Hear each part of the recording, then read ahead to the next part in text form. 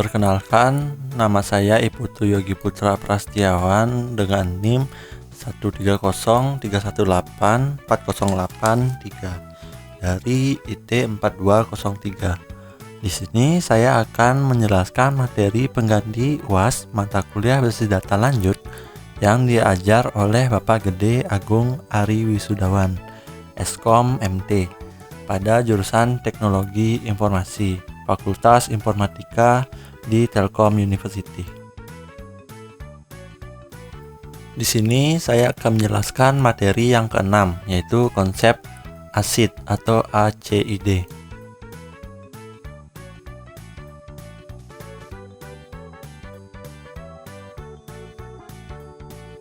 Dalam database management system atau DBMS, ada yang disebut dengan transaction. Transaction dalam DBMS ini bertujuan untuk menggabungkan beberapa statement perubahan ke dalam database menjadi dianggap satu kesatuan. Dilakukan semuanya atau tidak sama sekali atau all or nothing, sehingga tidak terjadi ketidakkonsistenan pada data.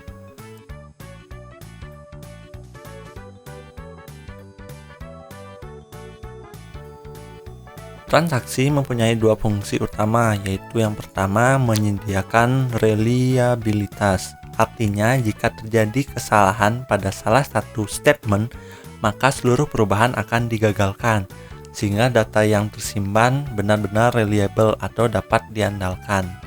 Yang kedua yaitu melakukan isolasi. Artinya, satu transaksi harus diproses satu persatu, sehingga tidak ada kemungkinan dua program mengakses atau bahkan mengubah data secara sekaligus.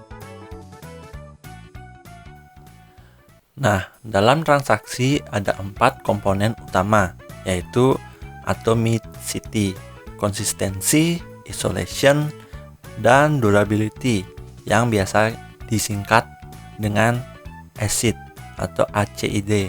Berikut tentang penjelasan dari ACID.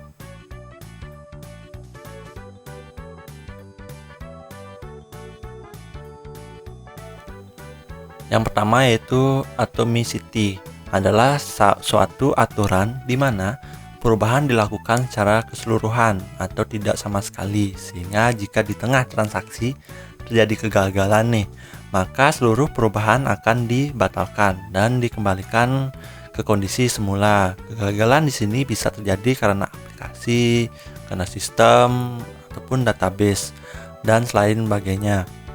Contoh, ambil kasus transfer di suatu bank dari rekening A ke rekening B dengan nilai transfer 1000 misalnya. Nah, maka stepnya adalah sebagai berikut. Yang pertama, cek saldo A apakah mencukupi. Jika mencukupi, maka lanjut ke step 2. Jika tidak, maka transaksi selesai dan tidak ada perubahan sama sekali. Ketika mencukupi, maka kurangi saldo A sebesar 1000. Lalu setelah itu yang ketiga, tambahkan saldo B sebesar 1000. Nah, seluruh step di atas harus digabungkan sehingga apabila setelah step kedua terjadi kesalahan, maka seluruh perubahan transaksi harus dibatalkan. Setelah transaksi berhasil, maka akan dilakukan commit. Seperti itu.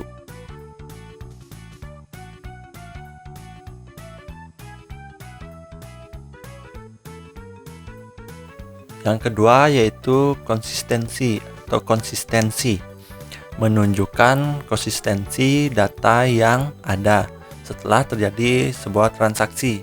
Misalnya pada contoh kasus sebelumnya yang tadi, jika saldo A sama dengan 2000 dan saldo B 500, maka setelah transaksi saldo A sama dengan 1000 dan saldo B 1500, nah, beberapa hal yang biasanya ditangani oleh DBMS adalah mengenai integrity constraint, sedangkan jika berupa hasil perhitungan bisa dilakukan oleh aplikasi.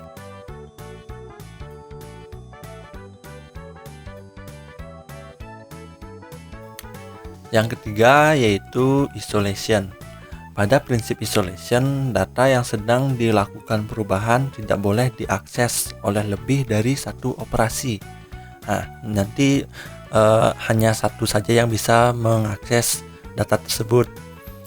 Nah, harusnya hanya satu operasi yang melakukan perubahan ini, sehingga jika ada operasi lain yang akan merubah, maka harus menunggu sampai transaksi yang berlangsung selesai. Jadi kalau misalnya ada yang mengakses data tersebut, yang lain tidak akan bisa mengakses data yang sama. Jadi mereka harus menunggu dan mengantri untuk bisa mengakses data tersebut gitu. Ketika yang mengakses tadi itu udah selesai, maka yang tadi mengantri bisa mengakses data tersebut. Oke, kita anggap misalkan ada dua transaksi transfer antar rekening A dan rekening B yang terjadi secara bersamaan. D1 transfer A ke B senilai 500. Jadi kurangi saldo A sebesar 500. Jadi kita akan tambahkan saldo B 500. D2 transfer B ke A senilai 1000. Jadi kurangi saldo B sebanyak 1000 dan kita menambahkan saldo A 1000 seperti itu.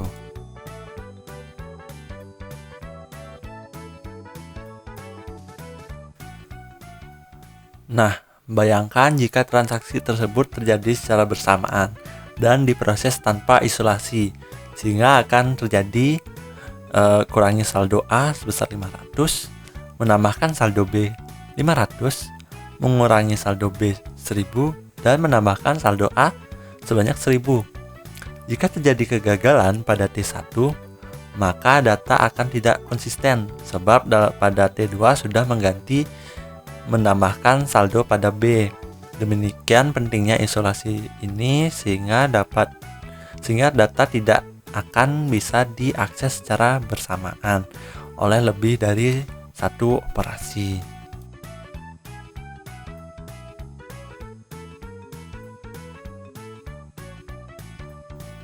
Yang terakhir yaitu yang keempat, durability.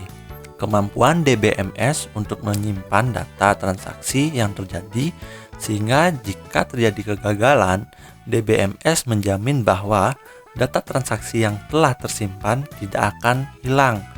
Banyak DBMS yang menuliskan log untuk suatu transaksi yang dapat digunakan ketika terjadi error pada hardware maupun software. Jadi walaupun misalnya terjadi kegagalan atau kesalahan, DBMS ini mampu untuk tetap menyimpan data tersebut dengan aman, sehingga data tersebut bisa tersimpan dengan baik dan tidak terjadi error saat diakses.